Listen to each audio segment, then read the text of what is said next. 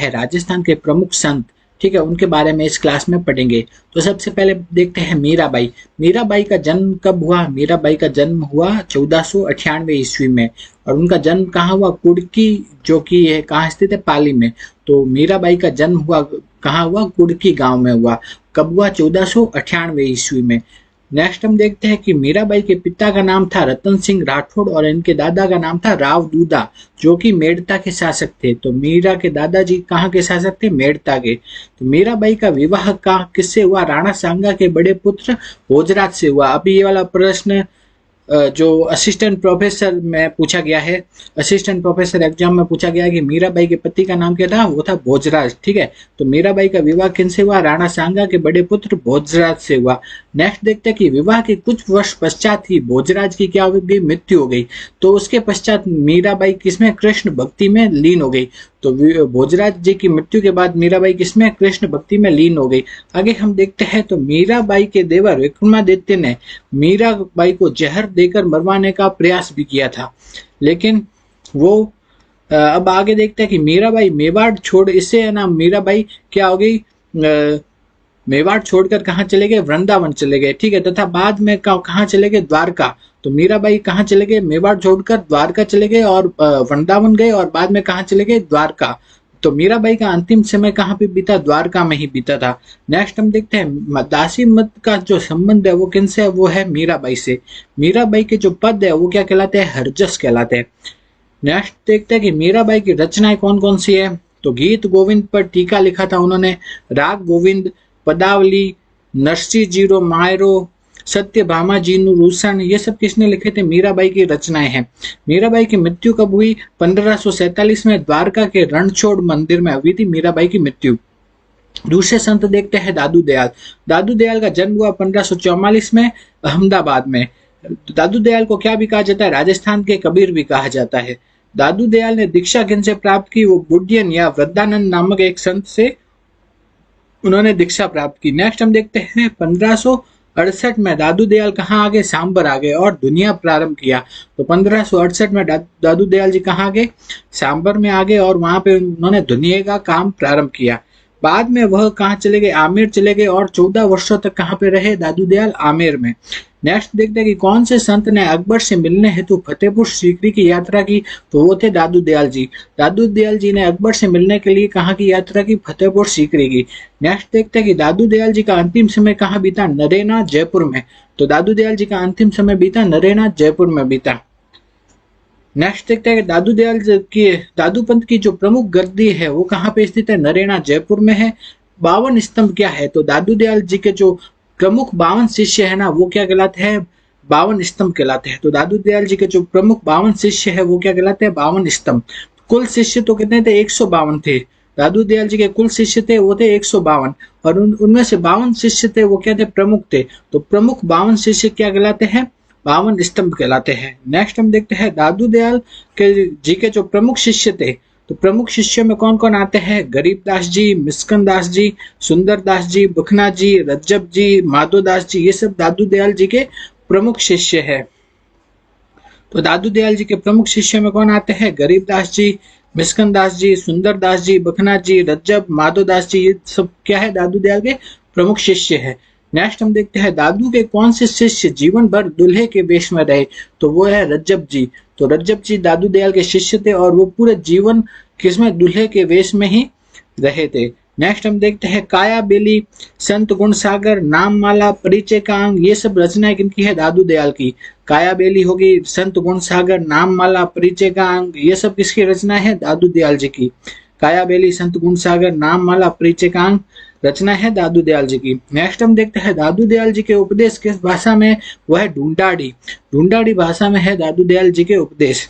या सद्दू कड़ी, अगर ढूंढाड़ी नहीं दिया हो ऑप्शन में, सद्दू कड़ी दिया हो तो भी वो भी सही है। सद्दू कड़ी मतलब सरल भाषा। नेक्स्ट हम देखते हैं दादू पंथ की कितनी उपशाखाएं हैं? दादू पंथ की 5 उपशाखाएं हैं। पहली कौन सी है? खालसा, दूसरी नागा, तीसरी उत्तरादे, फिर विरक्त और खाकी। ये 5 उपशाखा है दादू पंथ की। तो खालसा शाखा के जो प्रमुख प्रवर्तक है वो कौन है? गरीबदास जी, ठीक है। नागा शाखा के प्रमुख जो है वो है सुंदर दास जी। उत्तरादि शाखा के है प्रमुख है जो बनवारी जी। विरक्त शाखा के जो प्रमुख है वो है विरक्त शाखा में कौन आता है? घुमक्कड़ दादूपंथी आते हैं। नेक्स्ट है खाकी शाखा में कौन आते हैं? शरीर पर भस्म लगाने वाले व जटा धारण करने वाले जो दादूपंथी आते हैं वो खाकी शाखा में। नेक्स्ट है खालसा जो शाखा है उसका प्रमुख केंद्र कहाँ है? नरेना में है स्थित है। नेक्स्ट देखते हैं दादूपंथ की कौन सी शाखा का मुख्य केंद्र नरेना में है? वो है खालसा। खालसा शाखा का प्रमुख केंद्र कहाँ है? नरेना में। नेक्स्ट देखते हैं कि ज्ञान समुद्र, बावनी, रामची अंटक ये सब रचना करने वाले सुंदरदास जी किनके शिष्य थे? वो थे दादू दयाल जी के। तो ज्ञान समुद्र हो गए, बावनी हो गए, तीसरा रामची अंटक, इनकी रचना करने वाले ये सुंदरदास जी किनके शिष्य थे? वो थे दादू दयाल जी के शिष्य थे। तो ज्ञान समुद्र हो गए, फिर बावनी हो गया, रामची अंटक हो गया, इसकी रचना करने वाले सुंदरदास जी किनके शिष्य थे? दादू दयाल जी के। नेक्स्ट हम देखते हैं ओरिलो की रचना करने वाले बालिन दास जी किनके? नेक्स्ट देखते हैं कि ओरिलो की रचना करने वाले जो बालिन दास जी है वो किनके शिष्य थे? वो थे दादू दयाल जी के। तो ओरिलो की जिन्होंने रचना की थी वो कौन थे? बालिन दास जी। वो किनके शिष्य थे? दादू दयाल जी के शिष्य थे। नेक्स्ट देखते हैं कि दादू पंथ, नेक्स्ट हम देखते हैं दादू पंथ का जो सत्संग स्थल है वो क्या कहलाता है? अलख दरीबा। तो अलख दरीबा क्या है? दादू पंथ का सत्संग स्थल। आगे देखते हैं किस संप्रदाय के लोग मिलने पर सत्य राम कहकर अभिवादन करते हैं? तो वह है दादू पंथ के लोग।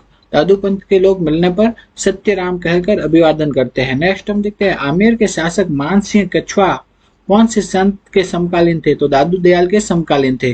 नेक्स्ट है कि दादू वाणी, दादूरा दोहा ये सब क्या है? इसमें दादू दयाल के उपदेश है।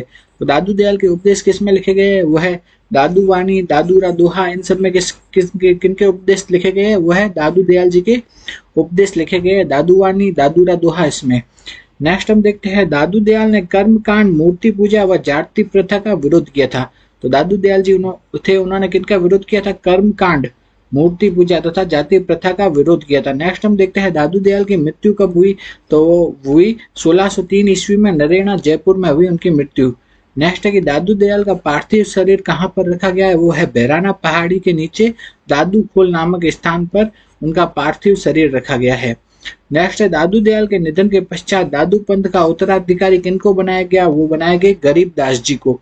तो दादू दयाल के निधन के बाद दादू पंथ का उत्तराधिकारी बनाया गया गरीबदास जी को। नेक्स्ट हम देखते हैं ख्वाजा मोइनुद्दीन चिश्ती। ख्वाजा मोइनुद्दीन चिश्ती भारत कब आए थे? 1192 ईस्वी में मोहम्मद गौरी के साथ आए थे। नेक्स्ट है ख्वाजा मोइनुद्दीन चिश्ती भारत आने से पूर्व कहाँ रहते थे? ईरान में। ख्वाजा मोइनुद्दीन चिश्ती भारत आए तब भारत में किसका शासन था? वो था पृथ्वीराज तृतीय का शासन था। ख्वाजा साहब या गरीब नवाज, ठीक है, वो किनको कहा जाता है? ख्वाजा मोइनुद्दीन चिश्ती को कहा जाता है। मोइनुद्दीन चिश्ती अजमेर में बस गए और इनकी दरगाह क्या कहलाती है? अजमेर शरीफ कहलाती है। तो ख्वाजा मोइनुद्दीन चिश्ती के उपनाम क्या है? वो है ख्वाजा साहब या गरीब नवाज। नेक्स्ट देखते हैं कि ख्वाजा साहब का उर्स इस्लामिक कैलेंडर की रजब माह की 1 से 6 तारीख को लगता है। तो ख्वाजा साहब का जो उर्स है ना वो कब लगता है? इस्लामिक कैलेंडर की रजब माह की 1 से 6 तारीख को लगता है। नेक्स्ट देखते हैं किन राजपूत शासकों ने दरगाह शरीफ के लिए गांव भेंट किए?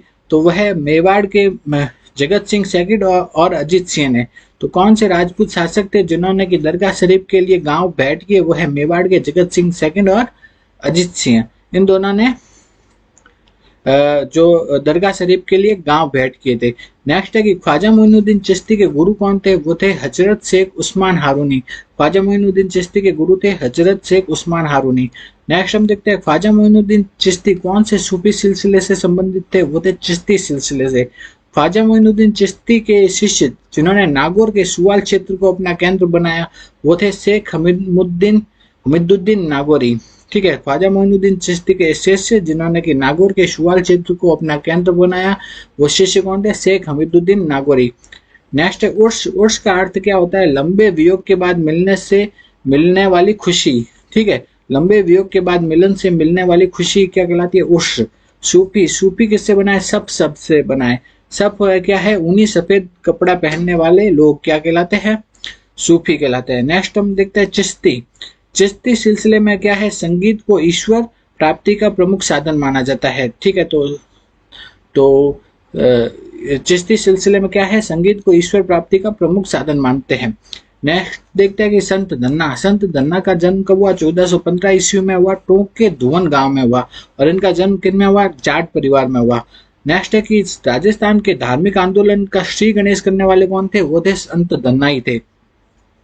संत धन्ना और पीपा ये दोनों किनके शिष्य थे? रामानंद के शिष्य थे। धन्ना और पीपा इन दोनों ने गृहस्थ जीवन में रहते हुए भक्ति की थी। ठीक है, तो पहले हो गए संत धन्ना और दूसरे हो गए संत पीपा। संत पीपा का जन्म हुआ 1425 में। ये खींची राजपूत थे, गागरोन झालावाड़ के शासक थे। बाद में क्या बन गए? संत बन गए, वो थे संत पीपा। ठीक है, तो संत पीपा गागरोन झालावाड़ के शासक थे और जो कि बाद में क्या बन गए? संत बन गए थे। नेक्स्ट हम देखते हैं पीपा ने टोडा टोक के शासक सूरसेन को क्या किया?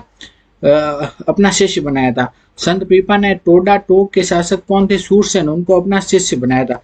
नेक्स्ट हम देखते हैं संत पीपा का मंदिर कहाँ है? समदड़ी बाड़मेर में है। संत पीपा के अनुयायी कौन है? वह दर्जी समाज के लोग हैं। नेक्स्ट हम देखते हैं चेतावनी या साखिया, ये क्या है? पीपा द्वारा हस्तलिखित।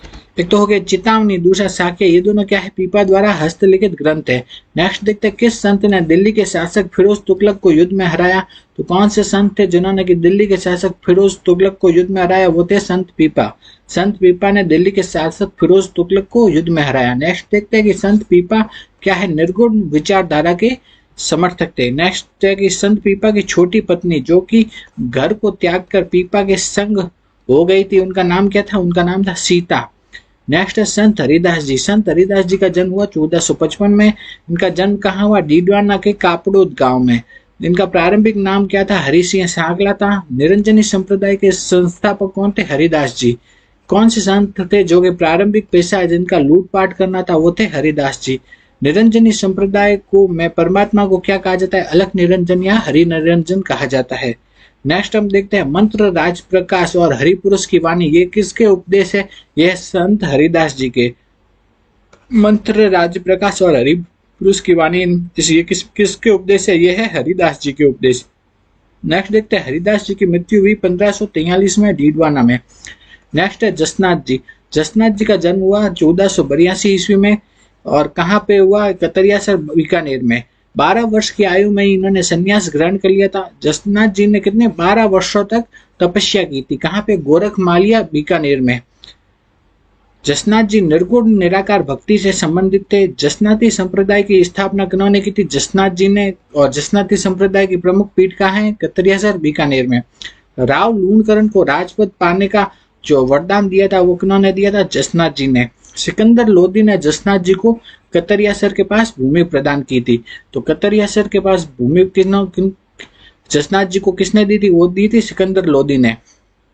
नेक्स्ट है जसनाती संप्रदाय में कितने नियम है? 36 नियम है जसनाती संप्रदाय में। नेक्स्ट है अग्नि नृत्य किया जाता है, तो जसनाती संप्रदाय द्वारा किया जाता है अग्नि नृत्य। अग्नि नृत्य किसके द्वारा किया जाता है? जसनाती संप्रदाय के द्वारा किया जाता है अग्नि नृत्य। नेक्स्ट है कि जसनाती संप्रदाय द्वारा किया जाता है अग्नि नृत्य। ठीक है, तो ये जसनाती संप्रदाय की प्रमुख पीठ कहाँ है? कतरियासर बीकानेर में है। जसनाती संप्रदाय है उसकी प्रमुख पीठ कहाँ है? कतरियासर बीकानेर में। नेक्स्ट हम देखते हैं जसनाथ जी के उपदेश किसमें संग्रहित है? वह सिम्बुदड़ा तथा कोंडा में संग्रहित है। तो जसनाथ जी के उपदेश है वो किसमें संग्रहित है? सिम्बुदड़ा तथा कोंडा में। नेक्स्ट देखते हैं कि जसनाथ जी किनसे प्रभावित थे? वो थे गोरखनाथ जी से प्रभावित थे। 1500 ईस्वी में जसनाथ जी तथा जम्बो जी का क्या हुआ? परस्पर मिलन हुआ। नेक्स्ट है जसनाती संप्रदाय के प्रमुख पीठ कहाँ है? वह कतरियासर बीकानेर में। अन्य पीठ कौन कहाँ पे स्थित है? वह बमलू, लिखमादेसर, कुंदरासर, मालासर, पांचलासिद, इन सभी जगह जसनाती संप्रदाय की अन्य पीठें स्थित है। नेक्स्ट है जसनाथ जी के अनुयायी कौन है? हरो जी, जियो जी, लालनाथ जी, चौकनाथ जी, सवाईदास जी, ये सब क्या है? जसनाथ जी के अनुयायी है। जसनाथ जी ने 24 वर्ष की आयु में समाधि ले ली थी। मात्र 24 वर्ष की आयु में समाधि ले ली